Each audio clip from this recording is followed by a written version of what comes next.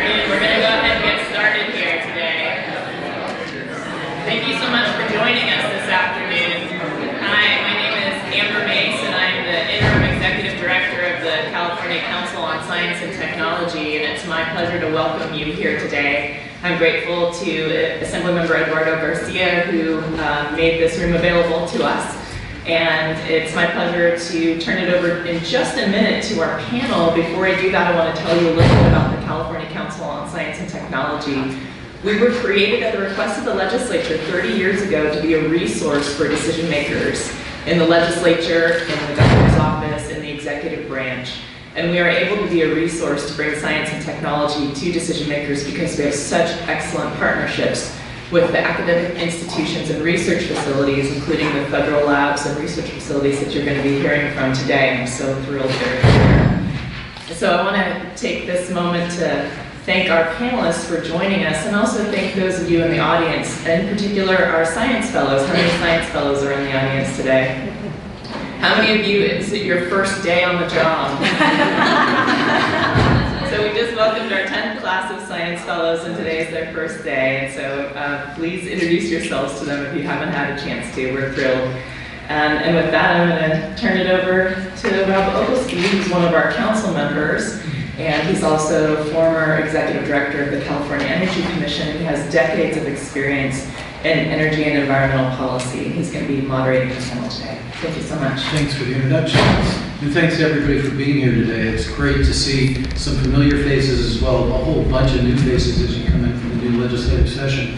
One thing I'll add about the CCST, and one of the reasons that I was excited to join CCST is because it was a creature of the legislature. And it was a creature of the legislature that was created 30 years ago. And the purpose of CCST is to make information on science and technology, cutting-edge science, the best minds and resources that we have in the state available to you, the legislature and the members of the executive branch who are also as part of this briefing audience. And so what we're featuring, and what CCST does often is to have these kind of briefings on various topics. And today we're featuring the national labs. Now the national labs, as well as the university systems and other colleges, are part of CCST and part of the resource mix that we can bring to you as staff to the legislature and staff to the executive branch to help answer questions and augment your knowledge on science and technology basis as you try to struggle with policy decisions that are on your plate and meet today's challenges. The national labs are great resources to have, and California is blessed to have some of the best right here, and we're blessed to be able to provide those to you through CCST. And we have today, we're focusing on carbon, one of the hot topics that has been a hot topic for quite some time, and with California at the forefront of the issue area, both in terms of science, technology, and policy. It's an appropriate topic to introduce you to today. So I'm going to go down and introduce our scientists that are here to share some of the work that we've been doing. I'm going to start by introducing Jennifer Pett-Ridge. She is a senior staff scientist and group leader at Lawrence Livermore National Lab. She uses the tools of system biology and biogeochemistry to link identity and environmental microbial community.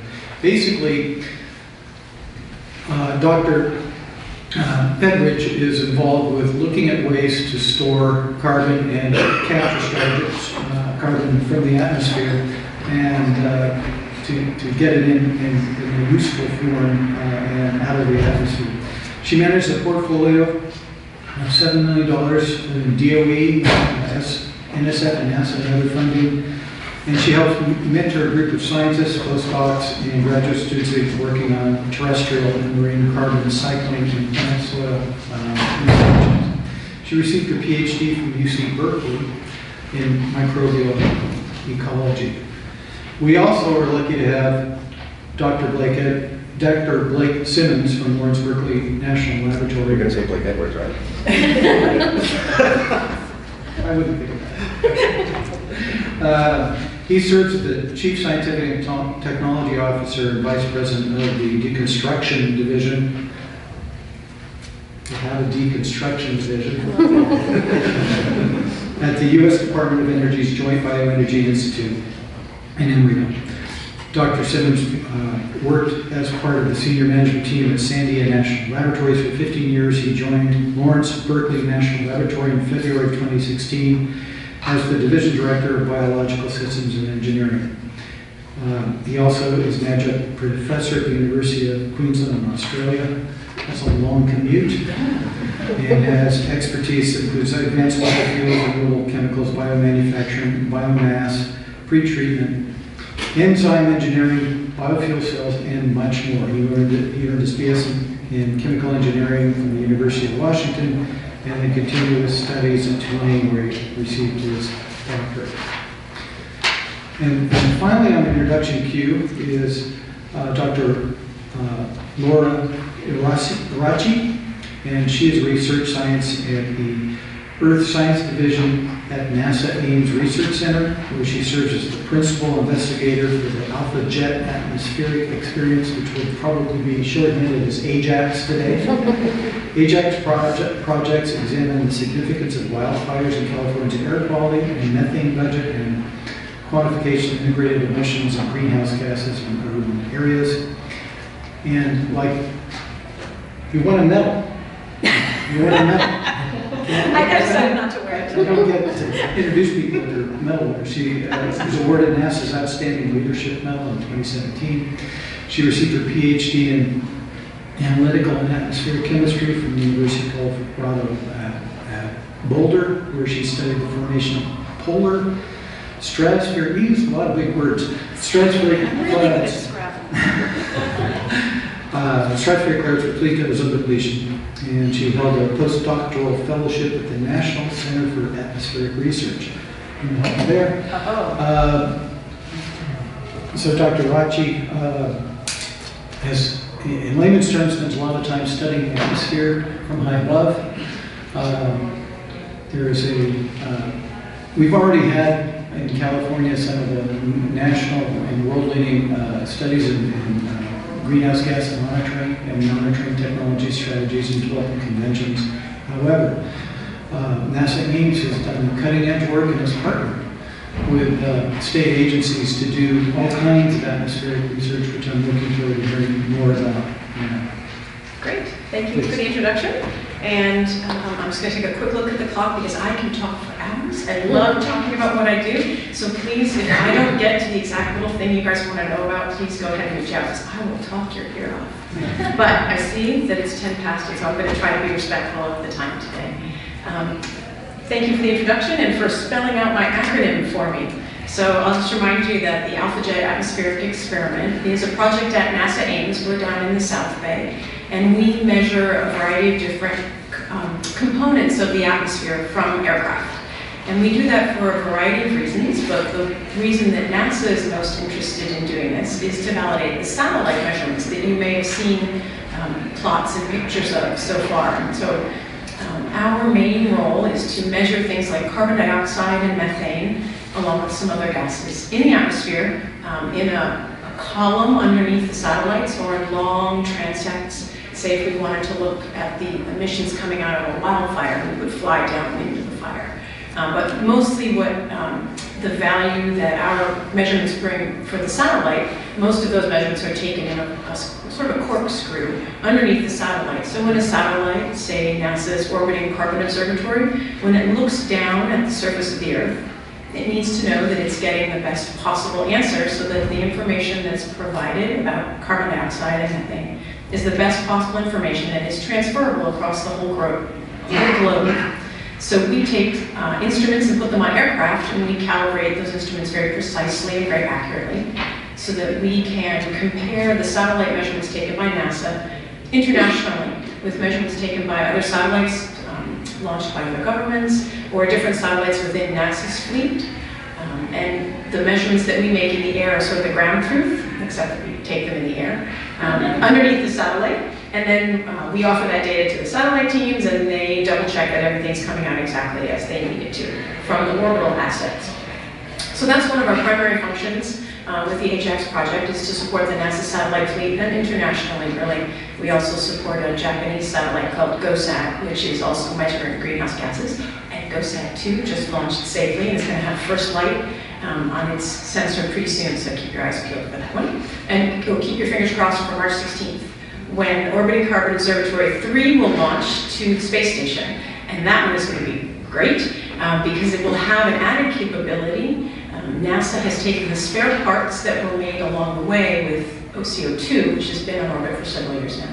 They took the flight spares and they created OCO3 with it, and they gave it, because it's going to be on space station, it's going to have a different kind of orbit, and they gave it mirrors so that it can stare and map across cities. And it's going to be really a neat new capability that's going to really add extra value to the measurements of carbon dioxide and methane across the globe that are already being taken. So the HX team is really excited. We're trying to figure out, cities are really hard to fly airplanes through in spirals, especially around here, because people seem to want to go in and out of airports without having other airplanes in the way. So we live near SFO, San Jose, you guys up here, horrible airspace. You've got 4 airports that my plane has to fly through. It's crazy. So we've been doing urban integrated measurements around Sacramento. This is actually a great place to do it because it's one city and it has edges and it stops. Unlike the crazy sprawl outside of San Francisco and all the way down the peninsula, there's no edges. But here, you can see Sacramento, and you can say, okay, this is the urban part, and then this is the other sources like landfills and agriculture, where we might be getting methane from the delta, or from wetlands, or from rice cultivation. So you could, in theory, fly an airplane around Sacramento in circles at different levels, down really close to the ground, and then a little higher, a little higher. And you can build like a cylinder around Sacramento, and you can say, well, I can see what's blowing in, and I can see what's blowing out. And odds are, the difference between them is what got taken up or released by the city of Sacramento. Except there's 4 airports. And so you have to dodge through all this airspace, which is a great challenge for the pilots. They tell me it's fabulous, but my circles aren't circles anymore. So we have to take the data and we have to put it out to a very round shape. And there's a lot of math involved in it, but it's actually Sacramento's a great target for us because we can tell where the edges of the city are and know where the rice is.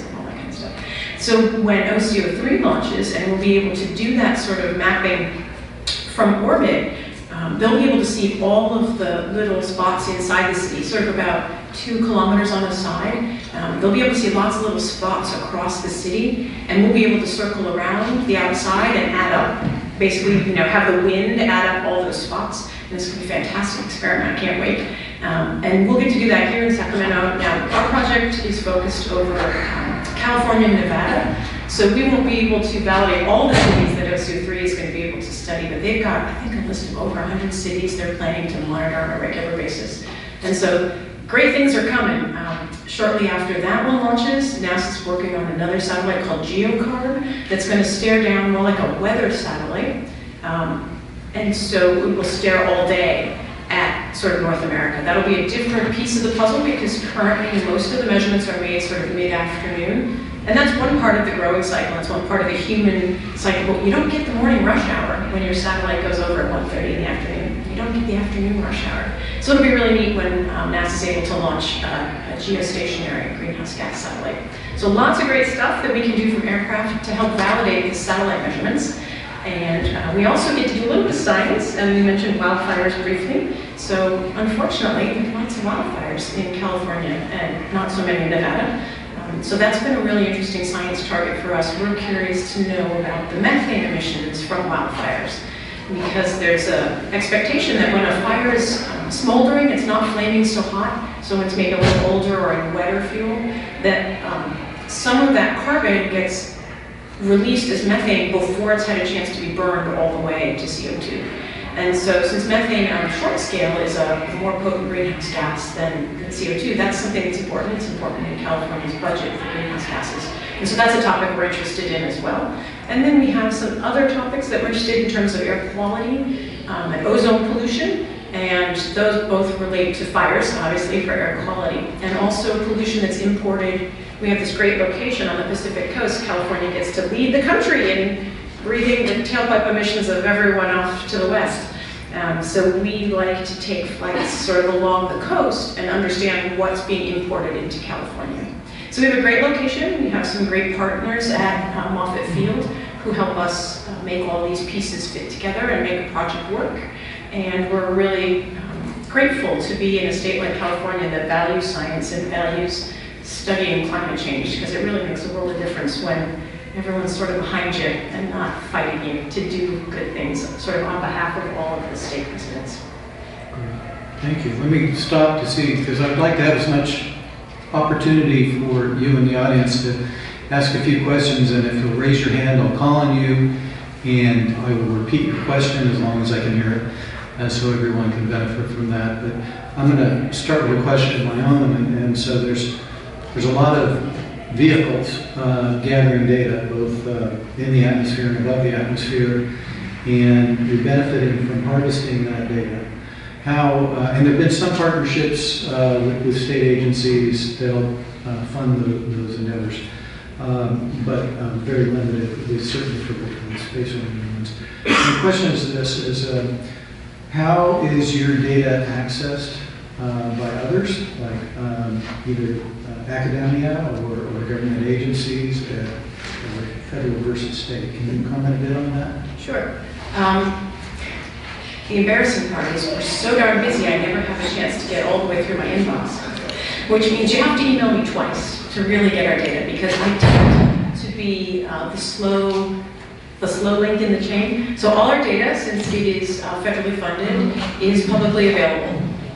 The kicker is we have to quality control it before we let it out. And so we tend to run about 10 flights behind, just trying to keep up with the workload. But all of our data is publicly available. You can get that by reaching out to me.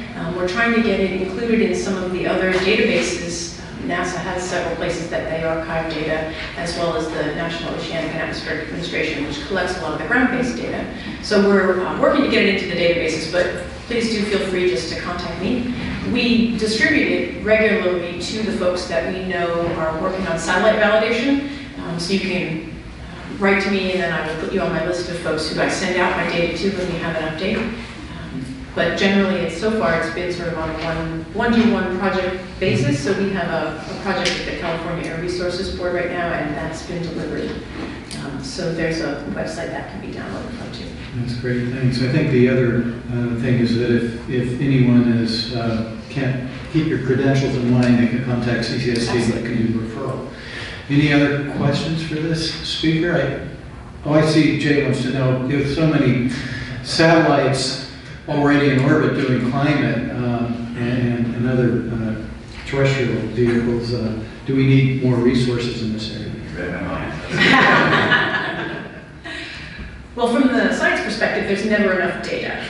I can't speak, obviously, from a policy standpoint how much data is enough data, but I can tell you that, so as an example, one thing we don't have yet is a good understanding of the variability during the day. Most of the measurements are taken in the afternoon. There's a lot of reasons, practical reasons for that. So there's always data that's missing. And so if we want to understand rush hour, we would want to target our observations in a way that capture that. Likewise, the combination of ground-based measurements with the sort of regional airborne measurements, and then all the way up to the orbital measurements, give a wide variety of scale. So at a tower, you get really high-quality measurements all the time, but at a single place. With an aircraft, you get high-quality measurements over a lot of places, but the pilots actually like to sleep at night. So you don't get measurements all the time, you only get measurements when you're flying. So if you combine all these different resources, you actually get a much more complete picture.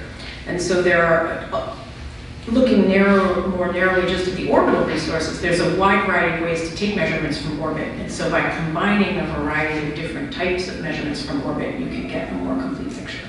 Right, so perhaps it's the biggest immediate resource available is to be able to synthesize these.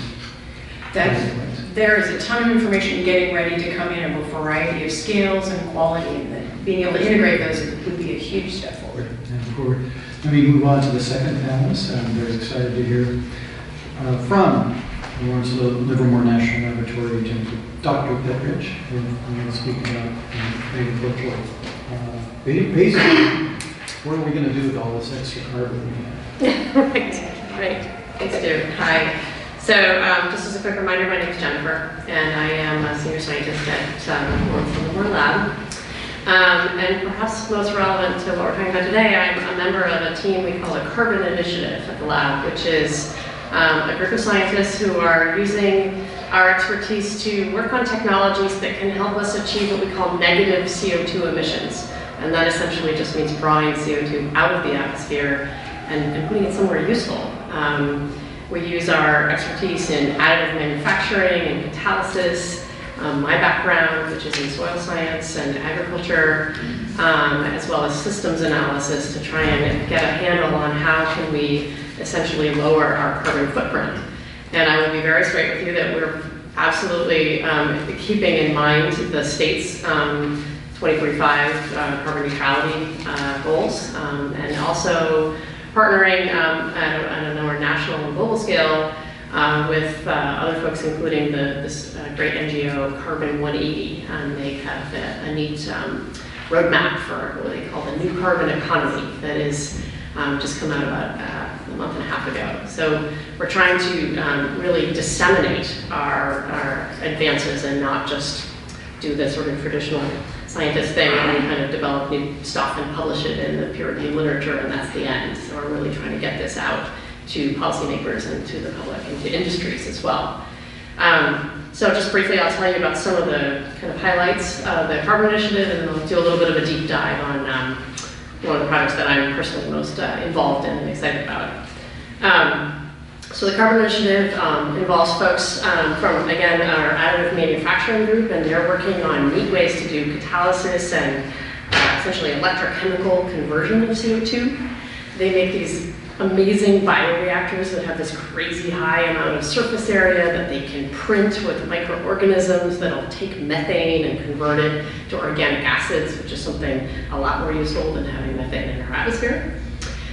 We've got folks that are working with Iowa State and with Sierra Pacific to take some of the excess wood products, and those are generated just through logging, sawdust, but also through recovery after fires, and also you're probably really aware of some of the disease outbreaks in the country right now, to essentially take those and make a bio-oil and also charcoal, which can be added to soil as an amendment and really promote a lot of healthy attributes of the soil. And then finally, a team that's doing systems analysis, essentially deciding, when is it beneficial, financially speaking, for a state or the country to look at free air capture of CO2, literally drawing CO2 out of the atmosphere or drawing it out of a smokestack of a power plant, for example. So that's kind of the scope of the Carbon Initiative. And then, as I said, I want to tell you just a little bit more in detail about the project that I'm super excited about. I feel it has real potential to make a big difference on the landscape, and that is trying to look at how much a shift towards perennial crops, essentially plants that live year-round, and that naturally have very, very deep roots, could be essentially used to augment the amount of carbon that's stored in soil. So I'll just tell you that my background is in soil science. I have a sort of hybrid chemistry, geology, biology background. We call that biogeochemistry, and really that's the big thing that I study, is how do we make carbon stick in soil? Because if it's in the soil, it's not in the atmosphere. And we all living on this planet, we have a huge carbon debt. As you may or may not be aware, in the past 200 years have lost something like 130 petagrams, which is a big number, of carbon from our soils, from the top 2 meters of soil. And that's because we've been tilling and erosion, and we've switched as a society from a lot of perennial-based plants to a lot of annuals. And a lot of our food crops are annuals, so the roots go that deep in the soil. And when we till them, a lot of those roots are just, that carbon is released back to the atmosphere. So the neat thing about perennials, and when I say perennials, the things that we're focusing on initially are some bioenergy crops. Switchgrass is one. It's a native prairie grass that used to be amongst the communities across the middle of the U.S., but also perennial sorghum. There's a neat new wheat called Kunza that's, again, lives year-round, so You don't harvest it you harvest the surface, but you don't pull the plant out every single year. And essentially what these plants do is they put their roots down, as you know, in switchgrass's case, it can be 50 feet below the surface. And they're looking for water, but at the same time, they're pumping that organic matter down deep where there's just a lot less activity. There's a lot less microbial turnover, and that does not only takes carbon out of the atmosphere and puts it in soil, it increases the amount of water that the soil can hold, it increases the nutrient capability, holding capacity of the soil, and it promotes this like great food web interactions of beneficial organisms, which actually can turn around then and help the plants grow better with less water input, with less fertilizer. So it's really a win-win situation in promoting what we call healthy soils. And some of you may be aware of California's Healthy Soils Initiative. So it's a big interest, at least for some, I hope, at the state level. So in terms of what the lab is doing, we have some really unique resources and abilities to measure particular isotopes. And I'll just mention radiocarbon is one. That's the kind of classic one we use to date very, very old things. Well, you can date the carbon that's deep in soil and tell if it's, you know, exists from pre-agricultural societies or if it just came in. So if I measure deep soil from a plot where we've had switchgrass for 20 years, I literally got data last week that shows, yes, we are pumping new carbon down there and it seems to be sticking. And so that is really suggestive that if we were to be interested in using this so-called technology, it's really more of an agricultural management practice across landscapes that we could put carbon below ground. And I just want to, as I wrap up, I want to emphasize that we're looking at doing this on what we call marginal soil. This is not something that you want to do on your prime agricultural land where you're growing your sorghum, maize, your wheat. This is land that is either too saline or too dry, too wet, too sloped for the breadbasket activities. We want, and there's a lot of that actually out there. There's a lot of pasture. There's something like 12 million hectares just in the middle of the US. And one of the projects that my team is involved in is actually calculating what has California got in terms of these soils that are, you know, maybe being used for sort of certain amount of grazing, but they're not really productive. So we could put something on the land that might be storing carbon below ground, but providing forage above ground or providing food. It turns out that actually grapes have really deep roots. So some of us really enjoy the benefits of grapes. And that's, you know, we could also be choosing cultivars of some of our fruit or nut trees that, again, are accessing really deep water resources. That's obviously relevant for drought, but calculating what that number is at a state level, I think is important to try and inform policymakers who would, you know, potentially kind of take the next step to decide, is this something that we really do want to invest in? So, thanks. Let me turn to the audience and see if we have any questions. Please. Hi, Jennifer. Gary Link with Ducks Unlimited, which is a leader in wetlands conservation, building wetlands all across Mexico, the 50 states, and in Canada. I wanted to ask you a question about your perennial plant program. Do you study the joint effects of wetlands, both for carbon sequestration, carbon capture, and how it interacts and could be beneficial for these types of programs moving forward? I have done a small amount of work on wetlands, and that's by teaming up with a big DOE consortium that is studying warming in wetlands. We have a peat bog up in northern Minnesota where we're doing experimentally a whole ecosystem warming. They've got these amazing kind of enclosures where they're heating up little chunks of the bog and the wetland. They're also exposing some to just higher concentrations of CO2. So I will say that my role in that project has been small, but we've looked at how the microbes are turning over carbon, either faster or slower. It's actually more complicated than just one or the other when we do have these climate change effects. But there are other folks in my group who are looking at sort of the more broader scale effects of wetlands, mostly in terms of methane and the how, for example, up in the Delta, there are a number of sites that were reclaimed that were naturally wetlands, and as you know, a lot of those were drained. So when we essentially turn them back into wetlands, what happens? Do we get a net storage of carbon in the terrestrial environment, or we get net releases? So there's a small amount of work going on in our group that looks at that kind of thing. We're doing projects with DWR right now on carbon capture in the Delta because of the organic soils and the benefits that are showing our science back with DWR science. That's great. Yeah, there's some other neat projects happening at Lawrence Berkeley Lab looking at that kind of thing as well. So I love to put you in touch, but that's really great to hear. Great, thanks for the question. Are there any other questions? Please. Hi, I'm Jennifer. I'm with the Assembly Budget Committee. I just had a question regarding the calculating of the California soil. Yeah. Is that something you've already started? And do you have a sense of when you complete? That is exactly what we're doing right now. We actually just got funded through a grant that's an internal lab funding opportunity to kind of put forward ideas that need to be moved on quickly or are a little risky. We actually don't think this is risky. It just needs to happen right now. And so we're actually hoping in 6 months to have that number, possibly even sooner. But we are going to calculate the amount of marginal soil that is available for this. Again, calling it a technology seems kind of highfalutin. It's really a switch in agricultural approaches, and not just calculating the acreage, but what would be the benefit? What's the potential amount of carbon that could be stored over what time frame? Because I understand that those are the numbers that folks in your positions need to be able to kind of act on and think about.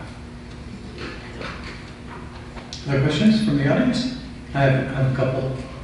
So on to your last point, actually. Yeah. So I understand you're still working on that answer, but the question is, does this look to you?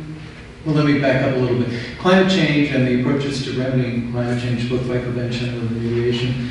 It's kind of an all of the above is needed strategy. So as policymakers are looking at this issue, is this something that is potentially huge? For scale, if the legislature decides to invest in developing this, what's the potential? You're absolutely right to say we need all of the above. Yes. There's no silver bullet. Yes, this is huge. The estimates, and I will just say there are a couple of models, but it's suggested that worldwide, 1 to 2 petagrams of carbon per year. That's a really big number. Is that based on Dr. Iraci's work? It probably involves it at some level, but that is, that's a significant chunk of trying to get us to that 4 per mil that the Paris climate change set out as a goal. The neat thing is, my perception is because this is a relatively kind of low-tech technology, the initial investment is not as great as something like free air capture. It could be, if there's policy support, it's something that could be put on the landscape relatively quickly. And we've worked with agriculturists, not so much in California yet, but we're working, doing a lot of work in Oklahoma on the kind of crummy, dust bowl soils. And the farmers there are perfectly willing to put a perennial grass. It's less upkeep for them. Otherwise they've got to do a cover crop and then an annual crop. And we found a doubling of carbon at depth in 10 years of planting switchgrass. So my sense is that it's a big number, and it's also a more, I don't want to say more, it is a doable enterprise. That's great. That's exactly on point. I'm glad you responded to that. And one last closing question for you. Yeah.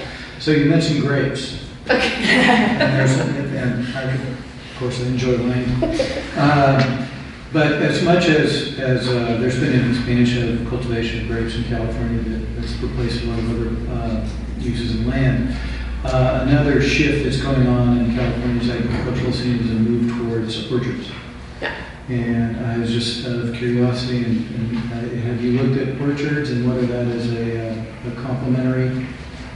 We have not looked at orchards yet. That is part of the plan for this project. We really, other than anecdotally, don't have a sense of how deep the root systems are. But we do know that there are different varieties, particularly of almonds, but I think also some of the other fruit crops, that just naturally have different rooting zones. And farmers are certainly interested in this because the deeper the roots, the more likely you're accessing water resources that they then don't have to put in on top. They're not having to irrigate as much. So we want to start helping agriculturists value not only the productivity of the bushels of whatever their crop is, but how much has to go into irrigation and fertilization, and then also if we could value carbon storage in soil, like truly as an offset in terms of taxes or however it works, that would be a real win-win for both the environment and for those folks' jobs. Thanks. Yeah. Dr. Simmons, you are up next, and I'm looking forward to hearing your discussion on how progress has been made in researching the potential for biofuels. Biofuels and beyond. Hi everyone, Blake Simmons, chemical engineer by training, but I play biologist, and the great thing about chemical engineering is that you think you know enough just to do it, but it's called hubris or pride or ignorance, but it's a great gig to have. And you brought up the deconstruction title. And I just want to tell everybody I'm not an agent of evil, it's more about entropy. And it's about how you go about breaking down things into useful intermediates that can then be converted into these biofuels, bioproducts, and biomaterials. So you've heard a great 2 talks about understanding carbon in the atmosphere and understanding carbon in the soil and how to enhance that sink. And certainly Berkeley Lab has a full spectrum of programs that cover both the analysis and the atmospheric research monitoring project that's funded by the Department of Energy. We've got other projects actually in partnership with Lawrence Livermore and understanding carbon fixation. But I'm going to talk to you about how we decriminalize carbon and how we turn away from being seen as a public evil into something that is actually renewable, sustainable, and can drive the bioeconomy, not just in the state of California, but for the nation. And that's really one of the most exciting things about being at Berkeley Lab and being in the Bay Area is that you get access to this entrepreneurial spirit that really drives innovation forward. And I'm talking to you, depending on the time and whether I get the hook or not, either 3 or 4 projects that we're working on that try to take the carbon that's available and transfer it into either a usable product that's renewable, such as a biofuel or a bioproduct, or something that can also enhance the carbon sink by transforming it into building materials or longer-term storage materials that can last for centuries, depending on the application and the technology that we use. So the first one, and I should also point out that Berkeley Lab is really invested in looking at how high-performance computing, tethered to biological and other hard sciences and physical sciences, can really transform the way we do things, both in industry and in science. And we call that basically, for us, predictive biology. How do we manipulate systems towards a preferential outcome without spending decades trying to figure it out? How do we get more shots on goal and less sacrifice of postdocs and graduate students and understanding the fundamentals, so we can really focus on the really cool things that can drive the marketplace forward? So the first project I'm going to talk about is the Joint BioEnergy Institute, otherwise known as JBEI. And we always do acronyms in every national lab enterprise, and so you'll probably hear a lot of acronyms, and if I confuse you, please interrupt and ask me what the heck I'm talking about and what it means. But JBEI is funded by the Department of Energy's Office of Science. It's got 11 different partners, institutions that comprise that partnership, and includes 5 national laboratories and 6 universities. And the charter here is how do you transform terrestrial biomass, we call lignocellulose, into biofuels and bioproducts that can replace petroleum, right? And what's also important to note is we have to keep our eye on that prize of replacing petroleum. You'll hear a lot of, I go to a lot of conferences and I go to my peer institutions and I hear a lot of arguing amongst each other about what is the silver bullet solution to get rid of petroleum, right? Or what's going to save the planet? Is it going to be hydrogen? Is it going to be solar? Is it going to be biofuels? Is it going to be whatever? But what's often lost is that what we really need to be focusing on is how do we get off petroleum as fast as possible, right? And in the United States, it's been estimated that there's about 1 billion tons of biomass that is available annually that will not interfere with food production, that could be converted into something, right? And you've probably heard about the Strategic Petroleum Reserve that the United States has. And that's in times of crisis, they want to set something aside so there aren't riots and burning of cities when the OPEC decides to tamp down the oil flow. I would urge you to consider terrestrial biomass as a strategic carbon reserve for the United States and the state of California. And biofuels have gotten a little maligned in the state of California recently, that biofuels are a crime against humanity. I'm here to tell you that not all biofuels are created equal. And some biofuels actually have some very compelling advantages compared to many other alternative technologies that are out there. And that's what JBEI's mission is all about. How do you do that systems analysis that ties the feedstocks that are available and then identify the biofuels and products that the community actually wants that can displace the most gasoline and diesel and aviation fuels.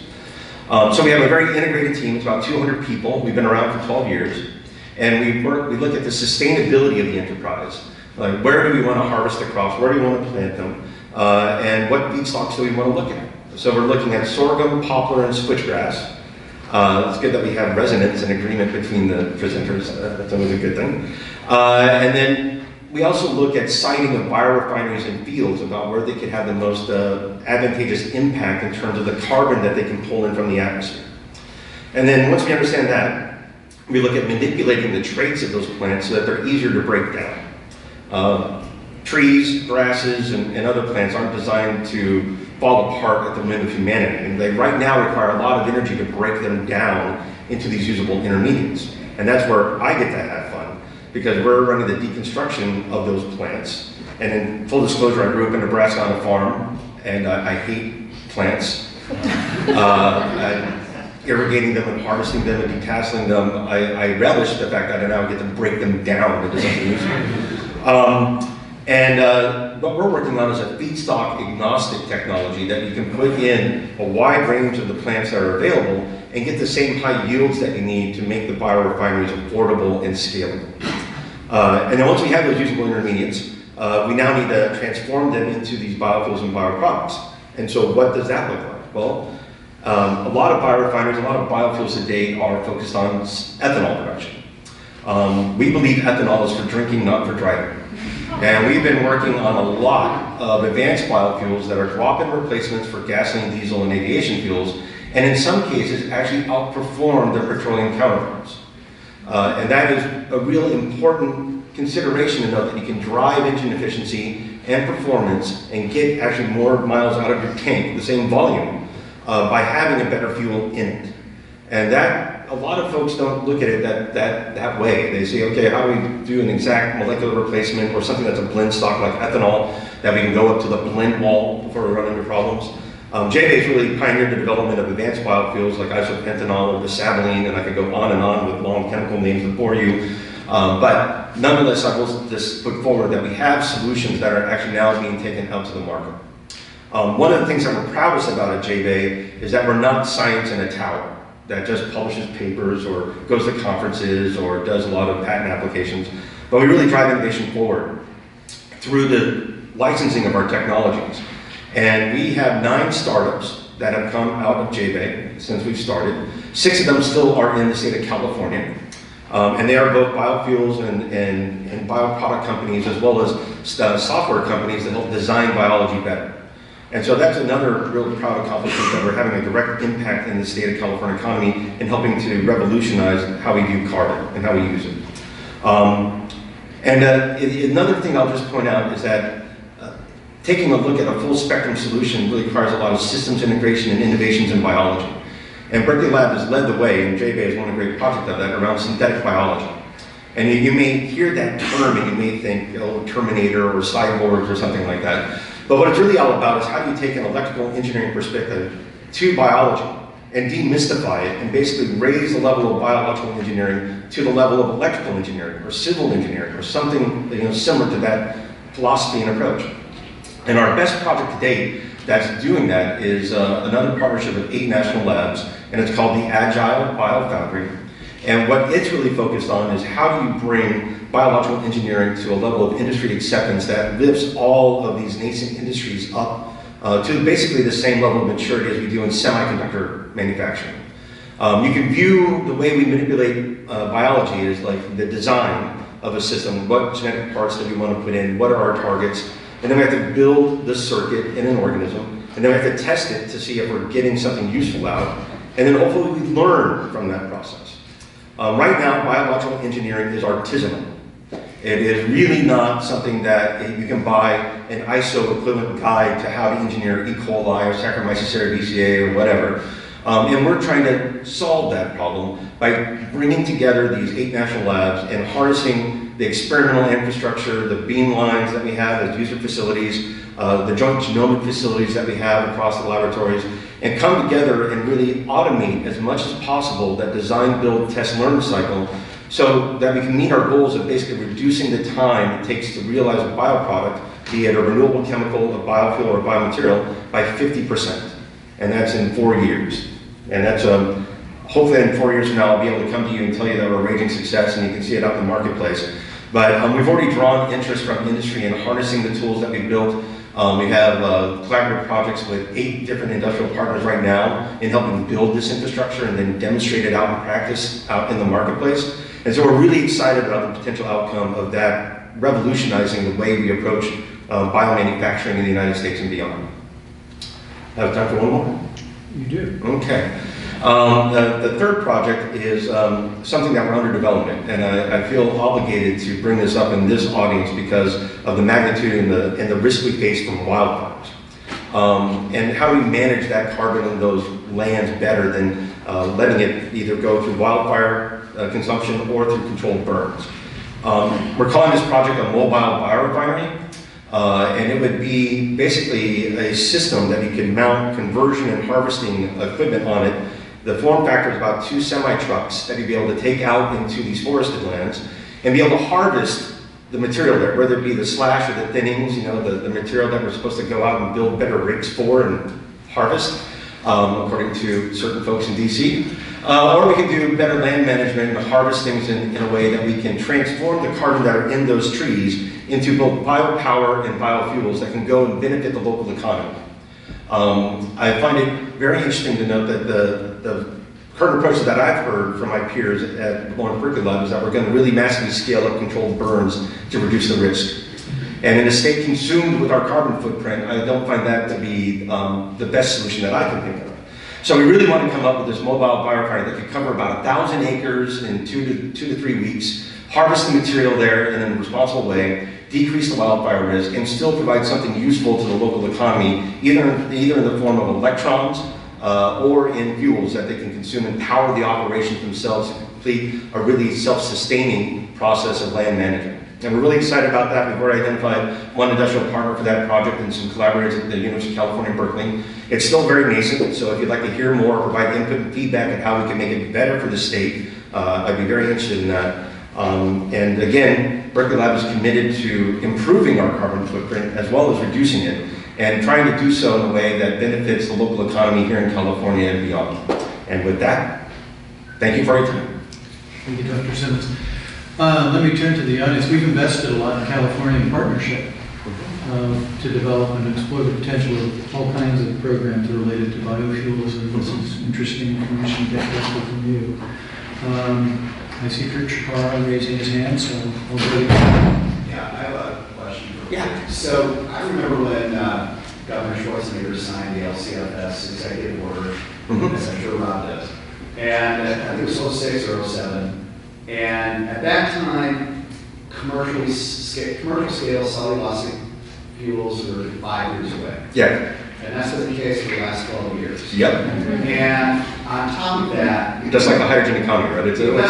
And prominent energy economists like Chris Middle at MIT, Bob Stevens at Harvard have found that the cap and trade is much more cost effective after reducing GHGs than the LCFS. And by much more, I mean orders of magnitude.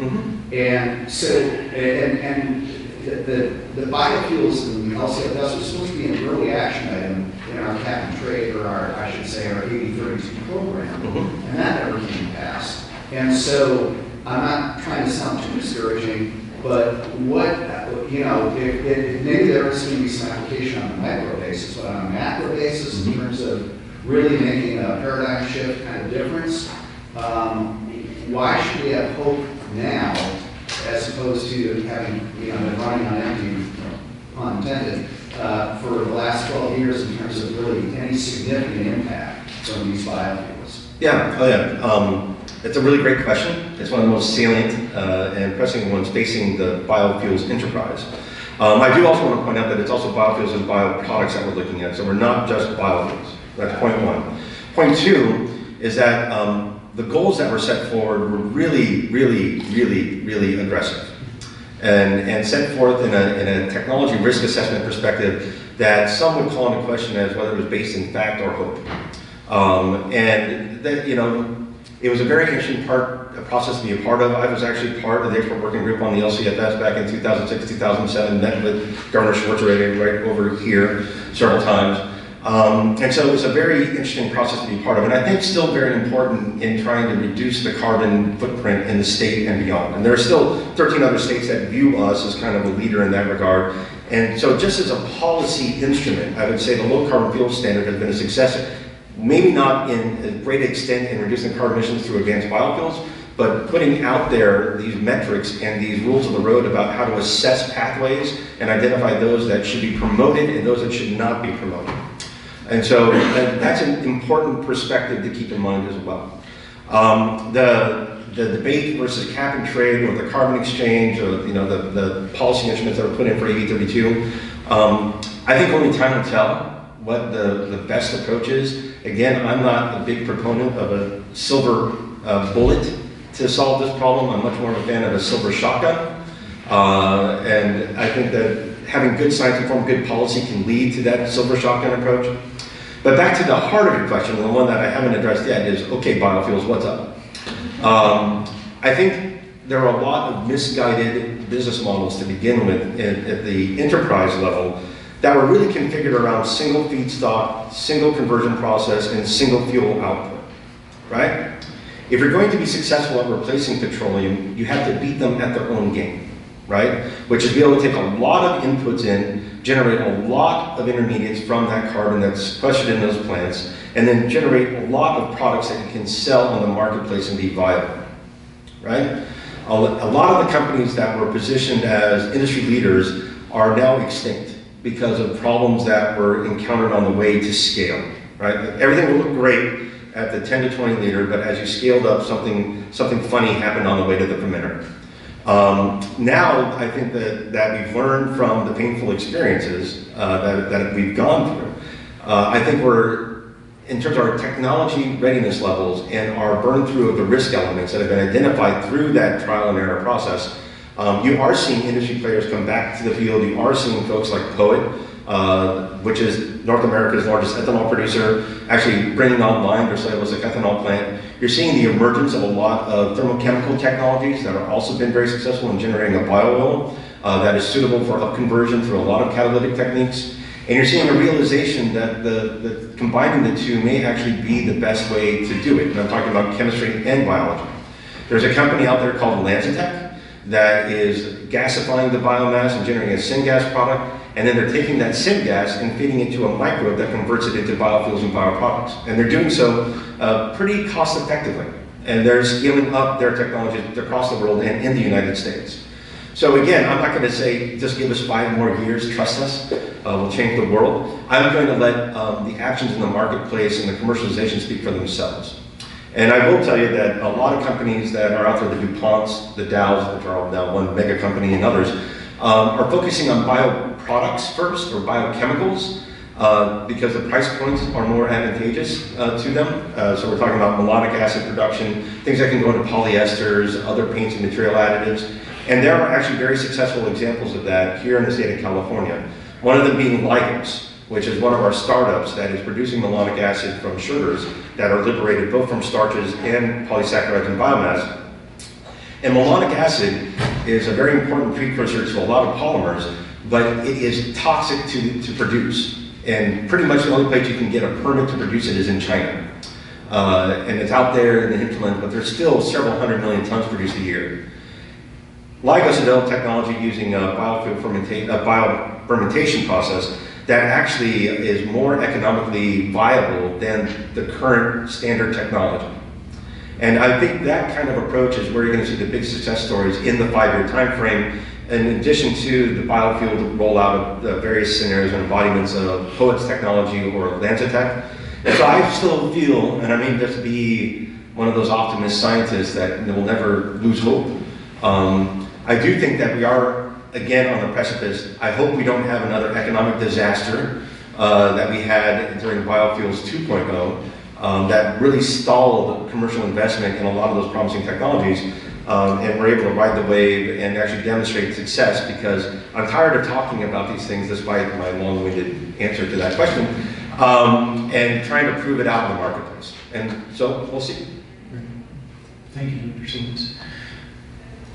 One last quick question, then I'm going to do a lightning round question for each of you. This question for all on the panel. My name is Robert Pierce. I'm the Congressional Liaison with the Citizens Climate Lobby. We worked with the House Climate Solutions Caucus for almost 2 years and got the Energy Innovation and Carbon Dividend Act introduced on the 27th of November, bipartisan, Rooney and Deutsch. I wonder, have any of federal institutions taken a position or have any opinions about it, or how do you feel like that, which exceeds the Paris goals and the Clean Power Plan, how do you view that? Is it aspirational? Is it helpful? Did the institution take a position on it? I can answer for, I won't answer for Berkeley Lab, for myself as a scientist at Berkeley Labs. I would say that probably all 3 labs really like to push the envelope as aggressively as possible. At JBEI, we're trying to meet and exceed all the RFS and the LCFS standards for improving the carbon intensity, making it less carbon intense in terms of production. So I think trying to go beyond the norms and the current policy guidelines is a real important step, and to think about what comes next and how can we make it even better. I don't think we see these policy requirements kind of the floor, the minimum that we have to hit in order to be successful, but it's not the upper bound by any stretch. And I think some possible systems integration, if you can monitor carbon in the atmosphere better, if you can create a better sink for it, both in plants and root systems, then you can bolt on these integrated conversion technologies to maximize the economic impact as well. I think you could probably see a great, significant reduction in the overall carbon footprint. So that's how I would answer it. Let me perhaps run out of time, so I'll just answer it this way from my perspective on behalf of the panel. It's, the job of the labs and the scientists are to be at the cutting edge and to provide, to be the information place for ideas, technologies, and strategies, and to also be somewhat of a proving ground. But it's the policymakers that have to then balance the equation in order to get something viable, scalable, and affordable at the end of the day. And so we have a panel here of experts who are leaders in their field and who can help arm policymakers with the best data science and resources that we have available. And it's the policymakers that have to fight it out and determine what the arc of progress is achievable. So let me just close with a couple of lessons, because we're almost out of time, but I can't resist. We've got panels. First, let me make the observation that the national labs are fabulous resources. And from my California perspective, California comes out a winner because of the concentration of these resources in the state. The labs receive lots of federal funding and do great work and are able to attract the best minds in the nation to do work at these cutting edge facilities. And so I think the challenge in this State House is to see how we can make the most of accessing the work and complementing the work there. So basically, we get a lot of resources that we need, that we should have opportunities to leverage. And I know that some state agencies and the legislature has in small ways, but it just seems to me there are many more opportunities to access this great resource that we have. It's mostly paid for out of federal funds, but can always, of course, use more of it. But there are opportunities here that have not been fully realized. So I'm going to ask for quick thoughts from everyone on the panel about what barriers or opportunities exist to increase the flow and the opportunity for the state to leverage these resources. I'll start with you. At least in my field, I should turn that on. At least in my field, I would say that we have great relationships sort of on a scientist-to-scientist basis with folks, say, in the Air Resources Board or DWR got mentioned earlier. The trick always turns out to be writing the contract to pay the postdocs. I don't understand why this is so hard, and I know people have been working on it for years, and I thought it was supposed to be getting better, but every time you try to deploy an aircraft for a field campaign that has to happen on the solstice, it takes 2 years somehow to get the contract and the legal construct and the insurance all sorted out, just so that I can take a resource that already exists and apply it to a new project that happens to be of something of interest to the state. It's maddening and exhausting, and it seems like it shouldn't be that hard. So I would say the things around the partnership, because we find in conferences and stuff where we talk with people from the Air Resource Board, whoever it is, you know, I'll give you my email address, let me know, we'll work together. That's not the problem. I'm a chatterbox. We can work and talk all we want. But the actual interface of doing business as opposed to doing science, that's the sticking point for us right now still. Well, that's a good comment to make to a group of folks that have the opportunity to make the rules or change the rules. I want to second what you just said about contracting. I spent way too long in it. We are, as I said earlier, supported mostly by the federal government, and so our scope is typically at the national scale. I see, though, that the place where we can have a direct and near immediate impact is here in California, and we want that. We are not in science just to find things out for fundamental reasons. We are in the environmental sciences because we do care about the future of our state and our climate.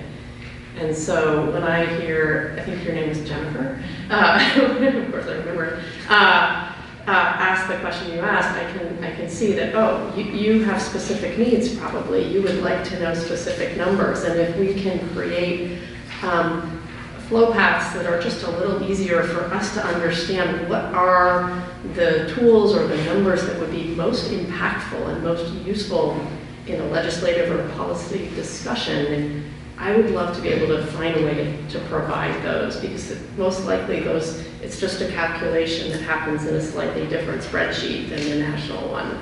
And we're very keen. So I don't know what that mechanism necessarily is. We obviously are involved in applying for some of those, like the Healthy Soils Initiative grants, and we're working with CARB and others.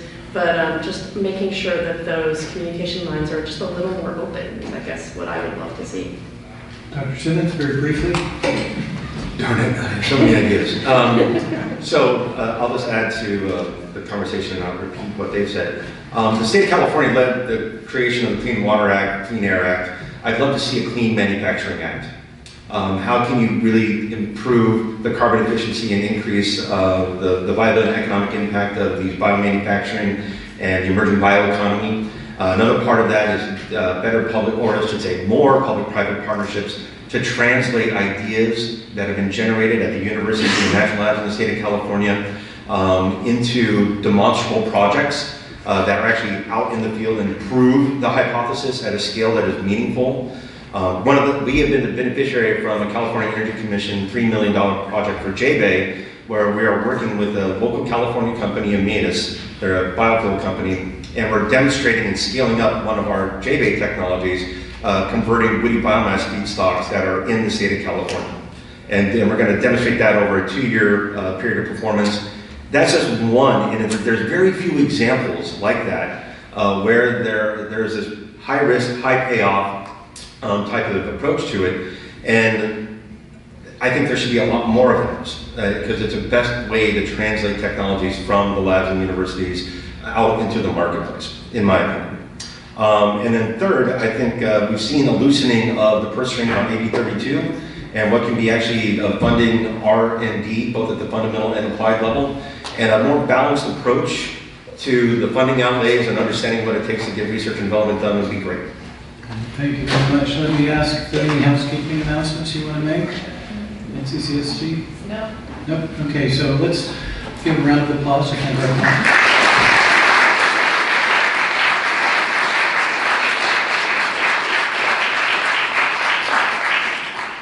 And feel free to corner them on their way out. Absolutely. Thanks for coming.